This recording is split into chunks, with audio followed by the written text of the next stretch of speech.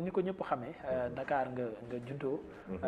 fi nga defee sa enfance un tout petit peu. mais ñu jékki-jékki doon la gis nga nekk ci percu yi. di tëggantu nan la histoire bi demee. ak nan nga ko doon dundee fii Dakar ak say morom am na sax ñuy wax ne je sais pas ndax dëgg la peut-être di nga ma ko dëggalal. que doon nga yëngu bu baax a baax ci nawetaan doon supporter avec les percus et tout donc raconte-moi. jeunesse xam nga jeune fii moom xam nga comme c'est plus accessible à faire percussion xam nga c'est pas comme de jouer de la guitare ou ay piano wala d'autres instruments donc percussion mooy loo xam ne lépp loo am rek di nga mën a jouer. boo yoree gourde bu ndaw sax. soxlu ngay jënd instrument. donc amour bi développé woo ci depuis HLM 1 laa juddoo. et que may jouer avec samay xarit et que nekk ci xam nga rek ci foofu xale xam nga rifu xale la daal et puis mu ci la amour bi juddoo. et que boo nekkee di foo ak say moroom ci la ngay xam sax ci ban direction ngay mën a ngay jël sa àdduna qu'est-ce que tu commences à rêver da ngay commencer di naan boobu bu ma màggee xam nga ku ne ñi xalaat bëgg a def boo gisee défilé nga bëgg a nekk militaire. bu 4 avril jotee bu cette année télévariété nga bëgg doon musicien. xam nga déglu ay Youssou Ndour déglu ay Touré Kunda yeneen artistes yi donc ça fait que avec le temps da ngay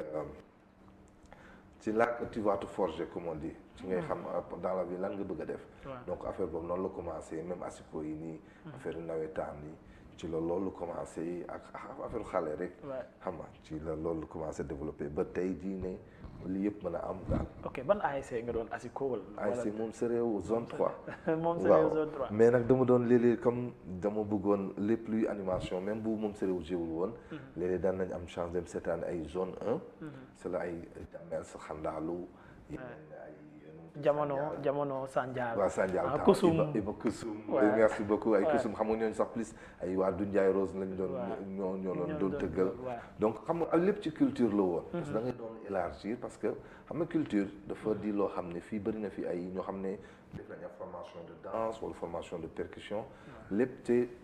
c'est pas un métier qui est assez comme connu. parce que day nekk dans l'ombre parce que souvent. am na bëri ñoo xam ne ñu ngi bitim réew di jox ay cours de danse di jox ay cours de percussion amoon na benn vague boo xam ne dans les années 80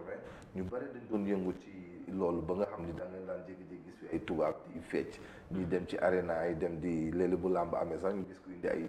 genre ay vingtaine de tubaab ñëw ñuy baax ci stade yi donc loolu yëpp c'est dans la culture donc ça m'intéressait de voir comme la culture casamançaise léeg-léeg booy ñëw joolaal séeréer si donc alpulaar yi donc c'était loolu yëpp c'est après nga koy développé ngay doog a dem ci yenn place yu mel ni comme ay centre culturel Blaise Senghor wala léeg-léeg ngay am ñoo xam ne da nga naan gis bu ngénte soose jotee tu vois des gens yoo xam ne dañuy ñëw indi xam nga seen i kora des jimba 5 tout ça donc loolu yëpp da nga ko doon am gratuitement ci dëkk bi mais sans nga dem seetaani spectacle comme dans des salles. donc loolu yëpp daal ci la amour boobu yëpp développé bu tax moo daal moo ma doon ressourcé daal. moo ñëw ba fii mais ci say parents. nan lañ ko accueillir. c'était difficile xam nga boo doonee xam nga comme li mu lay wax naan la du loo xam ne dañ ko valoriser woon trop. léegi tane na. surtout un Ndioufène. gisoo un Ndioufène. je sais pas kii yow. du ma kii te pare jékki-jékki. tu es des derniers presque dans la famille et tu arrives say frères ñëpp ay enseignants lañ tout ça yow nga jógee fële bon tu veux imposer les percussions l'art à ce moment-là c'était juste comme chanter c'était juste par plaisir mais c'était plus être percussionniste donc là mais c'est sûr qu'avec les parents que ñoo nga xam ne bokk ñu ngi ci beneen génération du ñu woon am beneen vision que ni tu peux vivre de ta musique xam nga parce que dañ lay gis ne bon tu vois juste def ay animation nii daan la lu sérieux wul trop quoi dañ naan la yow mi amoo ambition quoi sa gis-gis dafa gàtt comme tous les parents dañuy bëgg nga jàng dem ci bureau yi comme partout quoi ok nan nga def nag ba convaincre leen maintenant nan nga def ba ñu accepter voilà mais convaincre bi c'est le temps xam nga temps bi nag mooy confirmer lépp parce que boo demee ba comme ba ma amee 17 ans parce que dama doon sàkketu dama doon nëbbatu ci lu bari quoi xam nga parce que ils connaissaient pas tout mais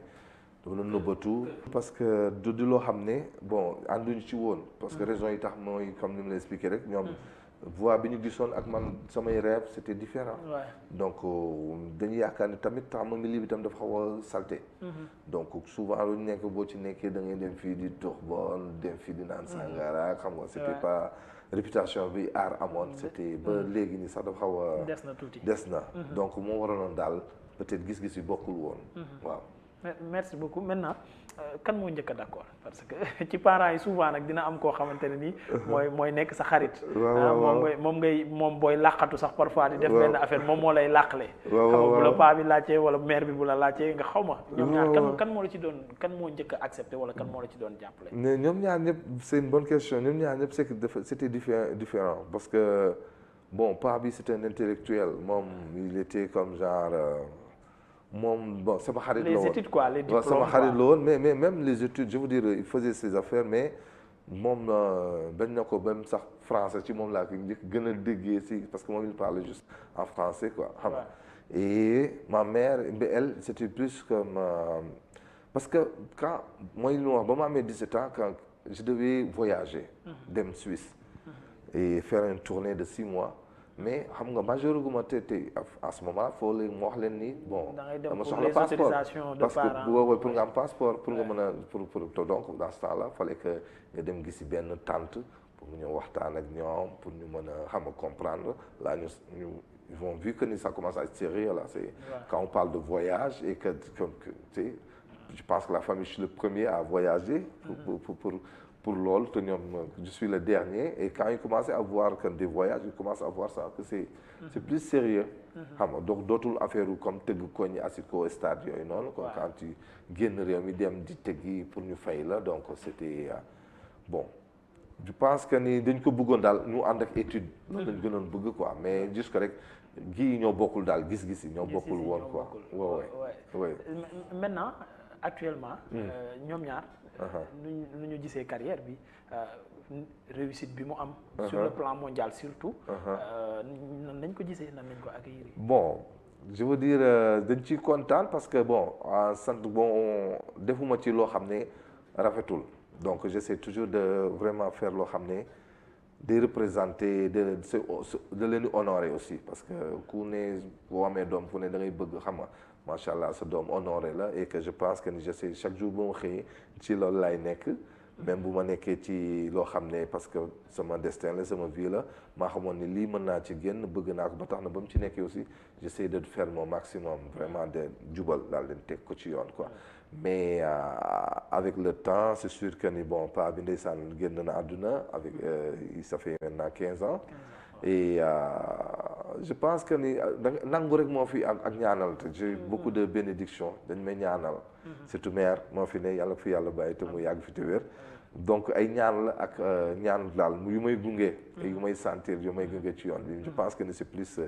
cette fierté là aussi qu'ils ont bi ñu accepté ban rôle la ñu joué ci carrière bi wala ci nit bi surtout sa papa comme ni nga waxee sànq xawoon nga ko non dañ ma bàyyi rek ma doxal xam nga dañuy dem ba nekk mag xam nga ñun man je suis presque 9e ci macha allah ci suñu famille de xam nga donc dañuy dem rek après bàyyi la parce que tamit am nga ay mag am nga ay nu mu tudd ñu fi nekk et aussi ils ont vu que ni détermination bi nga am ci sa liggéey après dañ lay bàyyi rek nu mu tudd nga xam tamit nit day nekk mag quoi xam nga mënoo dëkk nekk ci xale ba ñu gisee que ni daal xam nga c'est quoi où tu viens fa nga jógee ci li nga bokk ak li nga décidé def donc assure quoi assume la et demal ñaan ji daal je pense que ni lañ ma bàyyi rek après man ma dem quoi maintenant ci parce que dinañ ci gën a ñëw ci kanam ci carrière bi waaw bu fekkee sax album yi taxu ko bëri noonu mais distinction yi macha allah sant yàlla waaw ci yan moment nag vraiment nga leen di xalaat surtout sa papa. bon ben c'est. nga bëggoon mu nekk fi. gis trophée bu ñu lay jox wala benn sargal. boo am ci àdduna bi yëpp ñëpp di ko gis. bon moment.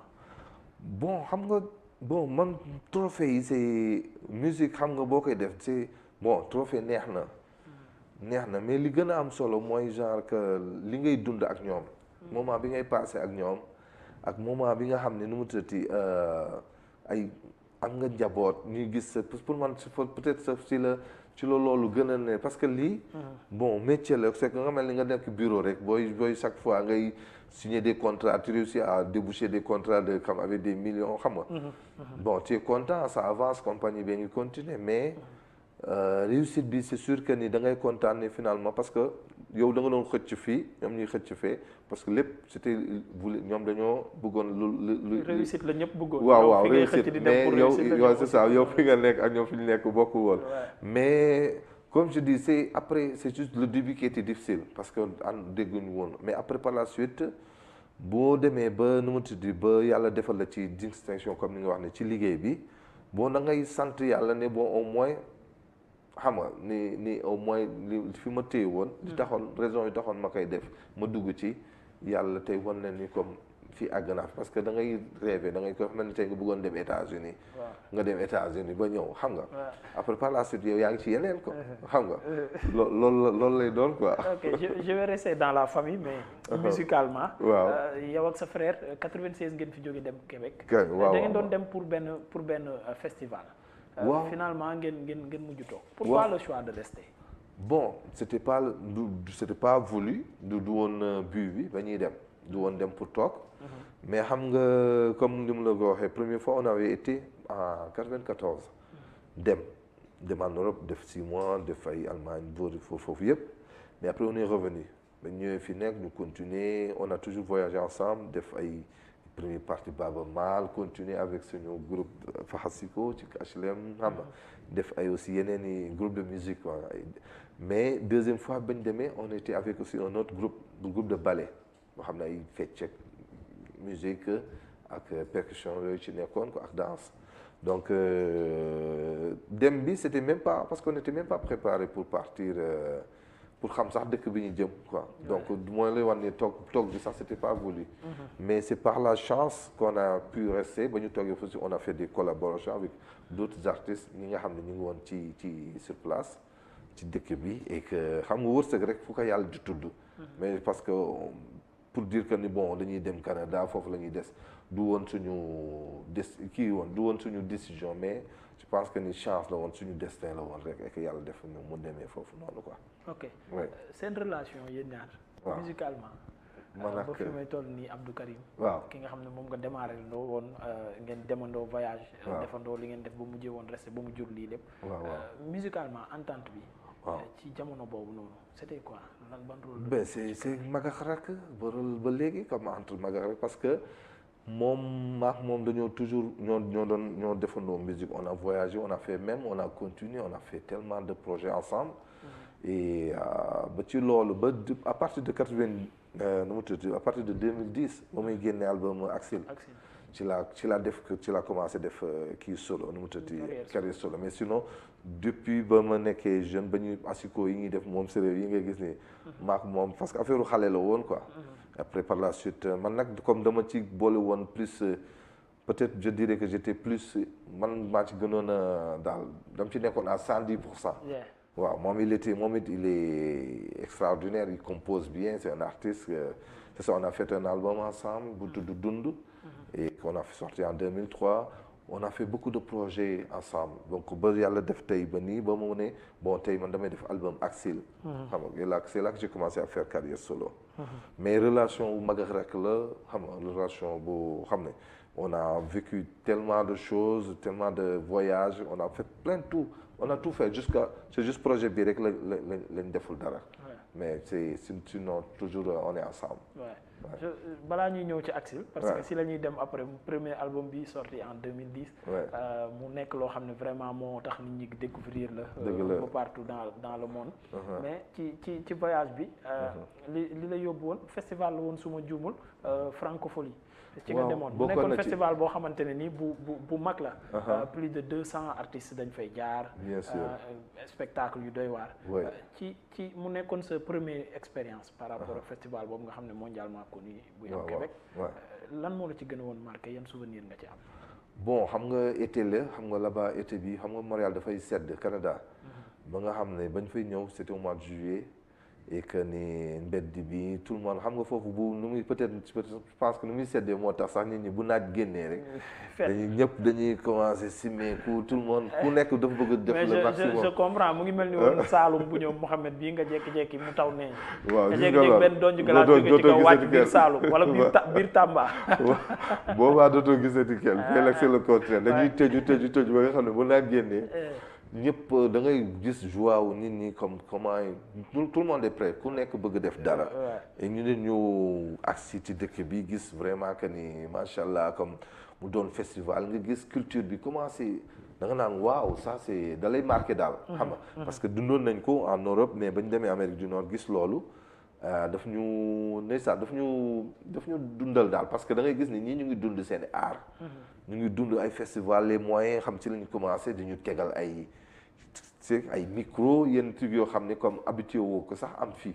xam nga donc nga gis ni vraiment culturellement ça roule mu ngi joxe et que c'est vivant et que ñun xam nga kuy tëgg ku ko déglu la wut quoi donc et c'était en plus bon expérience bu magnifique la woon quoi xam nga donc on était très content de découvrir ça et de le vivre waaw justement man j'imagine que c'était magnifique mais en 2010 Axil nga agsi nag maintenant ak carrière solo indi album bu bees bu bëri woon sonorité brésilienne xam nga yenn écossaise yenn saa yi ñu dégg ci sax sonorité française nga reprendre yenn morceaux yi comme Francis Cabrel ak Madame X donc mu nekkoon album bu bëri woon couleur bu bëri woon bu mondial parce que ñëpp ci doon gis seen bopp carrément international même si y avait les sonorités yi nga xam ne moom lañ tàmm ci réew mi di dégg yi ci suuf mais c'était carrément international lan moo taxoon choix boobu bon xam nga c'était pour la première fois que je faisais quelque chose boo xam ne man maa koy décidé comme tu dis j'ai fait les carrières avec les ballets avec fi ma jaar yëpp fi ma lay expliqué ak lii mais là c'était pour la première fois ma def benn loo xam ne man la El Hadj Diouf moo tax sax ma ne Axil c'est comme c'est une invitation donc boo xam ne yow sa direction yaa koy choisir yaa lii nga bëgg a def lii nga bëgg a def et que donc c'était loo xam ne comme dafa mel ni tey ma invité woon leen sama kër dana comme là comme j'ai été comme chaque fois da nga ma doon gis kër kii kër diw projet diw mais là c'est à mon tour sama maa aye sama moment léegi nag bu ma wooyee ñëpp ku ne ñëw donc c'était le temps de montrer qu'est-ce qui m'inspire c'est comme quand je vais aller faire la musique celtique ou bien bu ñuy sentir influence yooyu noonu wala musique beneen nu mu tuddoon parce que dama ne bon premier album là aussi donc c'était 11 titres donc je vais essayer de si la ma sénégalais aussi commencer à découvrir aussi avec la technologie qui commence aussi à prendre de l'ampleur de jël place et que nit ñi commencé di déglu di naan waa ji mooy kan c'est kii di parce que j'avais même rien fait pour que être connu aussi pour que les Sénégalais me connaissent parce que dundu ma fi mais je voyais que ni musique bi moom moo invité boppam ici au Sénégal nit ñi commencé naan kii mooy kan donc ce qui fait que loolu dem ci kontaan xamee boobu parce que forcé wu ma sama bopp pour que nit ñi xam El Hadj Diouf donc j'ai toujours essayé moi je me suis dit je vais faire ce que je peux moi faire la musique le reste bon si on me connaît mais par la musique bi alhamdulillah je vais le partager avec les gens mais donc album bi c'était comme nu mu tuddati kilo mooy doon début El Hadj Diouf le fait que ce qui fait la différence que les autres projets que je faisais et projet bi ma commencé à entamer